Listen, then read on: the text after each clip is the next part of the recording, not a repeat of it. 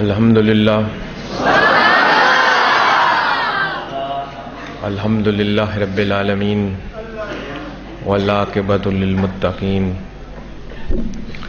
والصلاة والسلام علی سید الانبیاء والمرسلین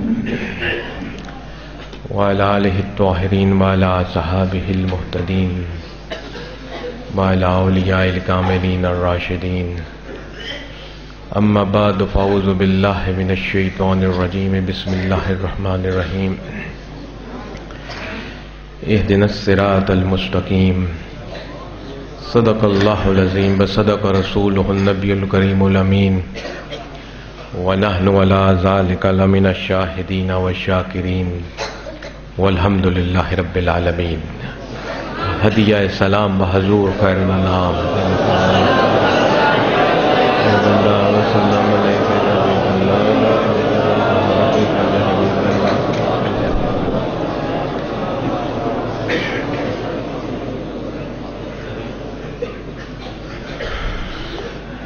تقریباً پچھلے 3 گھنٹوں سے مختلف علماء کرام اپنے اپنے ذوق اور شوق اور علم کے مطابق ہمارے ایمان کو تازہ فرما رہے ہیں اور جس شخصیت کے شان میں یہ محفل سجائی گئی ان کا تذکرہ کر رہے ہیں اور اس قدر تفصیلی گفتگو ہو چکی ہے کہ مزید کوئی لمبی چوڑی گفتگو کرنے کی کوئی گنجائش بھی باقی نہیں. میں محض آپ کے سامنے حاضری دینے کے لیے حاضر ہوا ہوں اور حاضری کس کی بارگاہ میں؟ حضرت امام حسین رضی اللہ تعالیٰ عنہ اور باقی دیگر شہدائے کربلا کی بارگاہ میں حاضری کے لیے حاضر ہوا اور یہ بھی امید رکھتا ہوں کہ آپ تمام حضرات بھی حاضری ہی کے لیے حاضر ہوئے ہیں اور اسی حاضری کے ہی دوران اگر اس رب کے محبوب نے ایک نظر ہم پر ڈال دی تو دنیا بھی سنور جائے گی اور آخرت بھی سنور جائے گی.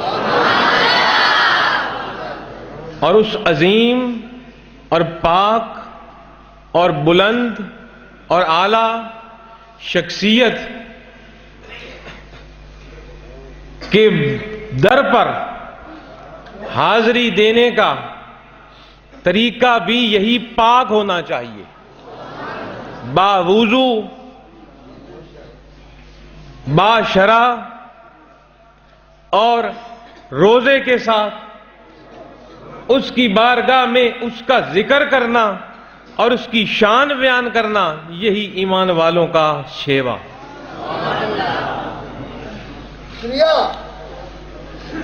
قرآن کے جو چند الفاظ میں نے آپ کے سامنے پڑھنے کا شرف حاصل کیا، یہ وہ دعائیہ الفاظ ہیں جو رب العالمین نے قرآن میں جس کی تمام اہل ایمان کو تعلیم فرمائی اور ایک معصوم بچہ جو بسم اللہ پڑھنا شروع کرتا ہے اس کو یہ الفاظ رٹا دیے جاتے ہیں اور پھر اکثریت مرتے دم تک اس رٹے رٹائے کو پڑھتی رہتی ہے.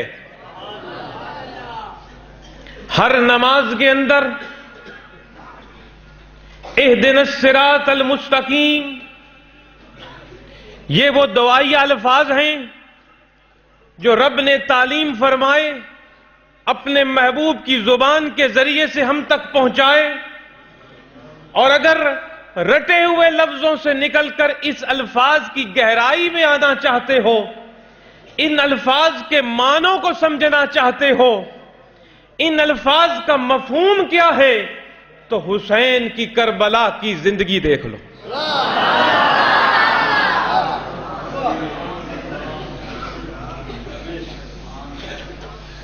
مدینہ منورہ میں اس شخصیت کی پیدائش جس کو آپ اور میں حسین رضی اللہ تعالیٰ عنہ کہتے ہیں. میں نے شاید پہلے بھی عرض کیا تھا میرے دوستو، جس طرح اللہ اور اس کے رسول کا مقابلہ نہیں کیا جا سکتا، ایک خالق ہے اور ایک محبوب ہے، جس طرح خلفائے راشدین کا مقابلہ نہیں کیا جا سکتا کہ کون افضل ہے اور کون کم ہے، بلکہ سب ایک سے ایک بڑھ کر، بالکل اسی طرح سے حسن اور حسین کا بھی مقابلہ نہیں کیا جا سکتا. یہ بھی اپنی سیرت میں، اپنے قول میں، اپنے فعل میں ایک دوسرے سے بڑھ کر، اور دونوں ہی کی پیروی اور دونوں ہی کی اطاعت اور دونوں ہی کی محبت ایمان کا حصہ. ان دونوں شہزادوں کی پیدائش مدینہ منورہ میں ہے. جیسے پہلے مولانا گل صاحب عرض کر رہے تھے اولاد علی پر، تو واقعی ہی یہ سمجھنے کی تو بات ہے کہ اولاد تو علی کی ہے لیکن آل رسول کی ہے. جس جگہ بھی ذکر ہوتا ہے یہی ہوتا ہے رسول اللہ صلی اللہ علیہ وسلم کی اولاد کا اور آل کا ذکر. یہ انمول ہے کیونکہ اللہ کے رسول کی شخصیت بھی انمول ہے، رسالت بھی انمول ہے. لوگوں کی نسلیں اولاد بیٹوں سے چلتی ہیں، تیرے اور میرے نبی کی نسل پاک بیٹی سے چلتی. سن لو، حضرت علی کے تو بے شمار بیٹے تھے.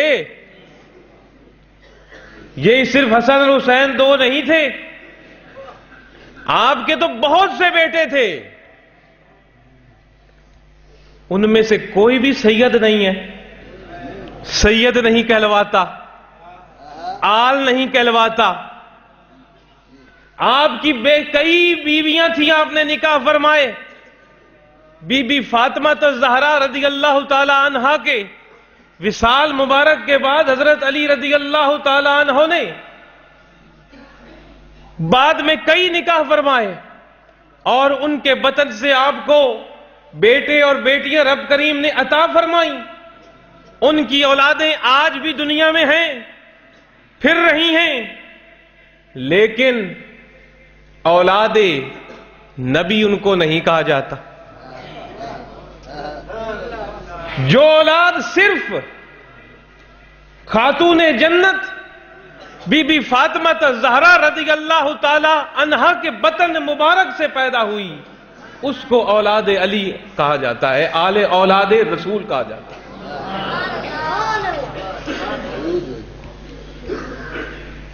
بات کو مزید آگے جانے سے پہلے تھوڑی سی عرض کر دوں کہ بعض لوگ اس بات کو بڑا غلط مفہوم لیتے ہیں کہ شاید رسول اللہ صلی اللہ علیہ وسلم کی ایک ہی صاحبزادی تھی. رسول اللہ صلی اللہ علیہ وسلم کی 4 صاحبزادیاں تھیں، ایک نہیں. یہ ایک تو آپ نے اس کو پلے باندھنا ہے. جہاں تک اولاد کا معاملہ ہے، جہاں تک باقی صاحبزادیوں کا معاملہ ہے، باقی صاحبزادیوں کا وصال رسول اللہ کی زندگی میں ہی ہو گیا تھا. باقی صاحبزادیوں کا وصال تینوں کا رسول اللہ کی زندگی میں ہی ہو گیا تھا. حضور صلی اللہ علیہ وسلم نے جب اس دنیا سے پردہ فرمایا تو آپ کی ایک ہی صاحبزادی حیات تھی، بی بی فاطمہ، اور وہ بھی تقریباً 6 مہینے حیات رہیں آپ کی وصال مبارک کے بعد. تو بی بی فاطمہ الزہرا کی یہ اولاد امام حسین اور حسن. بی بی فاطمہ الزہرا کے بارے میں کیا بتاؤں، نہ میرے پاس الفاظ ہیں، نہ میرے پاس زبان ہے، نہ میرے پاس علم ہے کہ اس شخصیت کا احاطہ کر سکوں بی بی فاطمہ الزہرا کی شان بیان کر سکوں؟ کوئی شان بیان نہیں کر سکتا رسالت مآب صلی اللہ علیہ وسلم کی صاحبزادی کی۔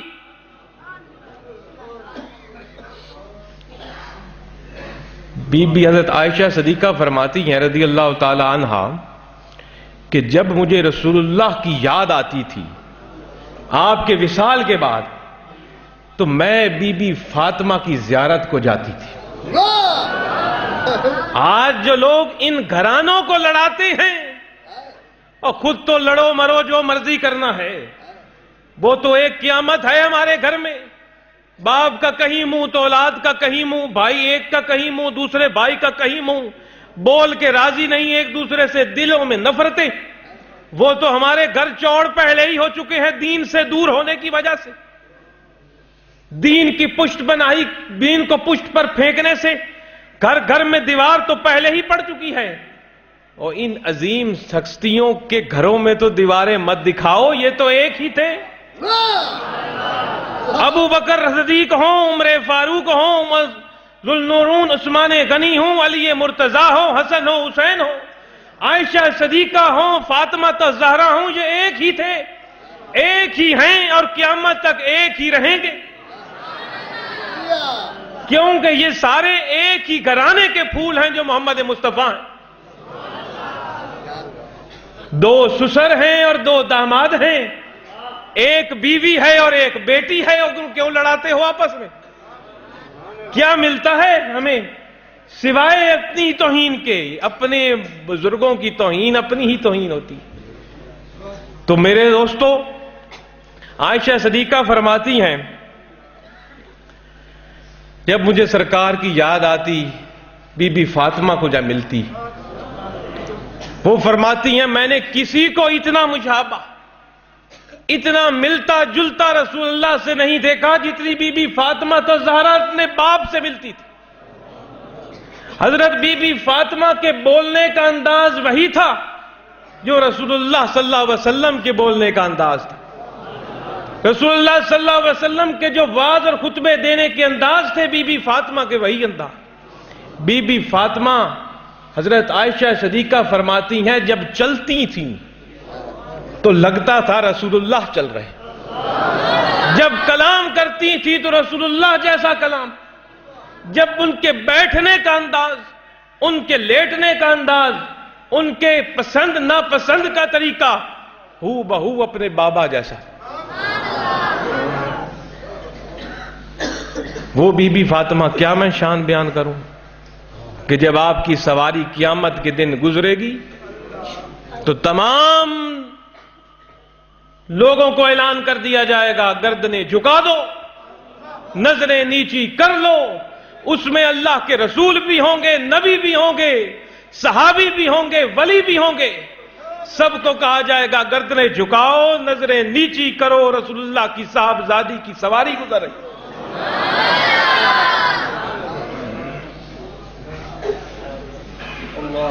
اس شخصیت کا یہ پھول ہے جس کا نام ہے حسین۔ حضرت حسن رضی اللہ تعالیٰ عنہ کی سیرت بیان کرنے کا وقت نہیں، وہ ایک الگ موضوع ہے، الگ کہانی ہے۔ آپ کی اسلام کے لیے قربانیاں، امام حسن کا مقام اور امام حسن کا مرتبہ اور امام حسن سے رسول اللہ کی محبت، وہ ایک الگ موضوع ہے اور وہ کم نہیں تھی حسین سے، کیونکہ آج کا دن، آج کا موقع اور مناسبت حسین رضی اللہ تعالیٰ عنہ، ان کے یہ پھول حسین مدینہ میں منورہ میں پیدا ہوئے۔ اور یہ بھی عرض کروں کہ آپ کی یہ شہادت، اس کی خبر آپ کی پیدائش کے ساتھ ہی عام ہو گئی تھی۔ یہ میں قرآن مقدس کے جو میں نے لفظ پڑھے ہیں نا، اہدنا الصراط المستقیم، جس کو کہ چند منٹ میں، چند سیکنڈ میں آپ اور میں ہر نماز میں پڑھ کے آگے گزر جاتے ہیں، بغیر کسی غور کے، بغیر کسی فکر کے، بغیر کسی تدبر کے۔ یہ صرف اہدنا الصراط المستقیم کا مطلب بتانے کے لیے میں تمہید باندھ رہا ہوں۔ اہدنا الصراط المستقیم، کسی سے وہ شہادت کی خبر چھپی ڈھپی نہیں تھی. علماء کرام کی بڑی تعداد جہاں بیٹھی، طالب علم بیٹھے ہیں اکیڈمی کے جو کہ کافی پڑھ چکے ہیں، اور آپ اپنے حضور کی نظر کرم سے باقی پیر بھائی بھی کسی عالم سے کم نہیں. آپ کی موجودگی میں میں یہ پوچھنا چاہوں گا، مدینہ طیبہ کی پوری زندگی، امام حسین کی بچپن، شہادت کی خبر آپ کی نہ حضرت علی مرتضیٰ سے ڈھکی چھپی تھی، نہ بی بی فاطمہ الزہرا سے ڈھکی چھپی تھی. اس فاطمہ سے جس کو کہ رسول اللہ فرمایا کرتے تھے کہ مجھے بیٹی سے جنت کی خوشبو آتی، اس فاطمہ سے جب وہ تشریف لاتی تھی تو رسول اللہ اپنی جگہ سے کھڑے ہو جاتے تھے، اٹھ کر آپ بوسہ دیتے تھے اور اپنی جگہ پر بٹھاتے تھے. اس بی بی فاطمہ سے بھی اپنے بیٹے حسین کی شہادت چھپی ہوئی نہیں تھی. تمام صحابہ میں مشہور تھا، ہر کوئی جانتا تھا کہ یہ شہادت ہونی ہے اس طرح. لیکن کبھی حضرت علی نے سرکار سے یہ فرمایا ہو، حضور دعا فرمائیں یہ وقت میرے بیٹے پر نہ آئے. کوئی تاریخ کے اوراق پٹک کر دیکھ لے، پھیر پھر کر دیکھ لے، حضرت علی نے یہ فرمایا ہو. اس عظیم ماں فاطمہ الزہرا رضی اللہ تعالیٰ عنہ نے کبھی اپنے عظیم المرتبت ابا جان سے یہ فرمایا ہو کہ بابا جان میرے بیٹے کو اس مرحلے سے بچائیے. اور پھر کبھی کسی صحابی نے یہ عرض کی ہو کہ سرکار دعا فرمائیں کہ یہ امتحان، یہ موقع شہادت کا حسین کے لیے نہ آئے. نہیں، بلکہ خود اللہ کے رسول جن کے بارے میں ابھی مولانا صاحب نے پہلے عرض کیا کہ رب العالمین نے قرآن میں فرمایا وَلَا سَوْفَ يُعْطِيكَ رَبُّكَ فَتَرْضَىٰ، کہ اے حبیب میں تمہیں آپ کو راضی کروں گا. تو کیا پوری دنیا تو راضی کرتی ہے رب کو، رب راضی کر رہا ہے اپنے محبوب کو، تو کیا رب جس شخصیت کو راضی کر رہا ہے اگر وہ شخصیت کہہ دیتی کہ الہی اپنی تقدیر بدل دے، لکھی ہوئی دنیا کی تقدیر بدل دے اور حسین کے لیے یہ کربلا کی گھڑی نہ آئے، تو کیا رب نہ بدلتا؟ ادھر تو قرآن میں کہہ رہا ہے میں آپ کو راضی کروں گا، تو جب وہ چھوٹی سی بات نہ مانتا کہ کربلا کا واقعہ رونما نہ ہو اور حسین کی زندگی بچ جائے، رسول اللہ صلی اللہ علیہ وسلم نے پوری زندگی دعا نہیں مانگی. یہ جو باتیں ہوتی ہیں نا اللہ کی رضا پر راضی رہنے والی، یہ رب کی رضا پر رہنا ہر کی بس کی بات نہیں ہے. جس کو اولاد نہیں ہو رہی ہوتی وہ رب سے ناراض ہو کے بیٹھا ہوتا ہے، جس کی نوکری نہیں لگ رہی ہوتی وہ رب سے ناراض ہو کے بیٹھا ہوتا ہے، جس کو بیماری آتی ہے وہ رب سے ناراض ہو کے بیٹھا ہوتا ہے. ایمان دیکھ لیں ہمارا کہاں. اس لیے عرض کر رہا ہوں راضی رہنا رب کی ہر حکم پر، ہر کسی کی بس کی بات نہیں. اور جو جتنا جتنا راضی رہتا ہے اس کو اتنا اتنا مقام بھی ملتا جاتا ہے.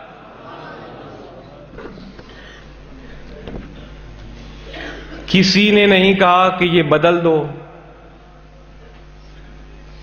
رسول اللہ نے صرف اتنا فرمایا اے اللہ میرے حسین کو ثابت قدم رکھ.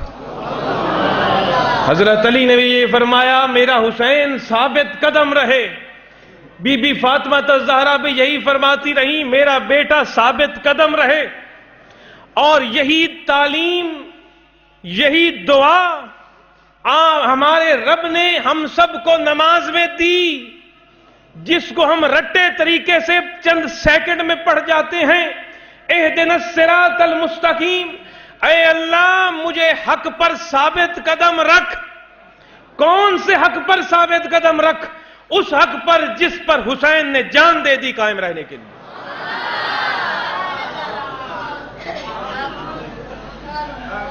یہ ہر نماز میں دعا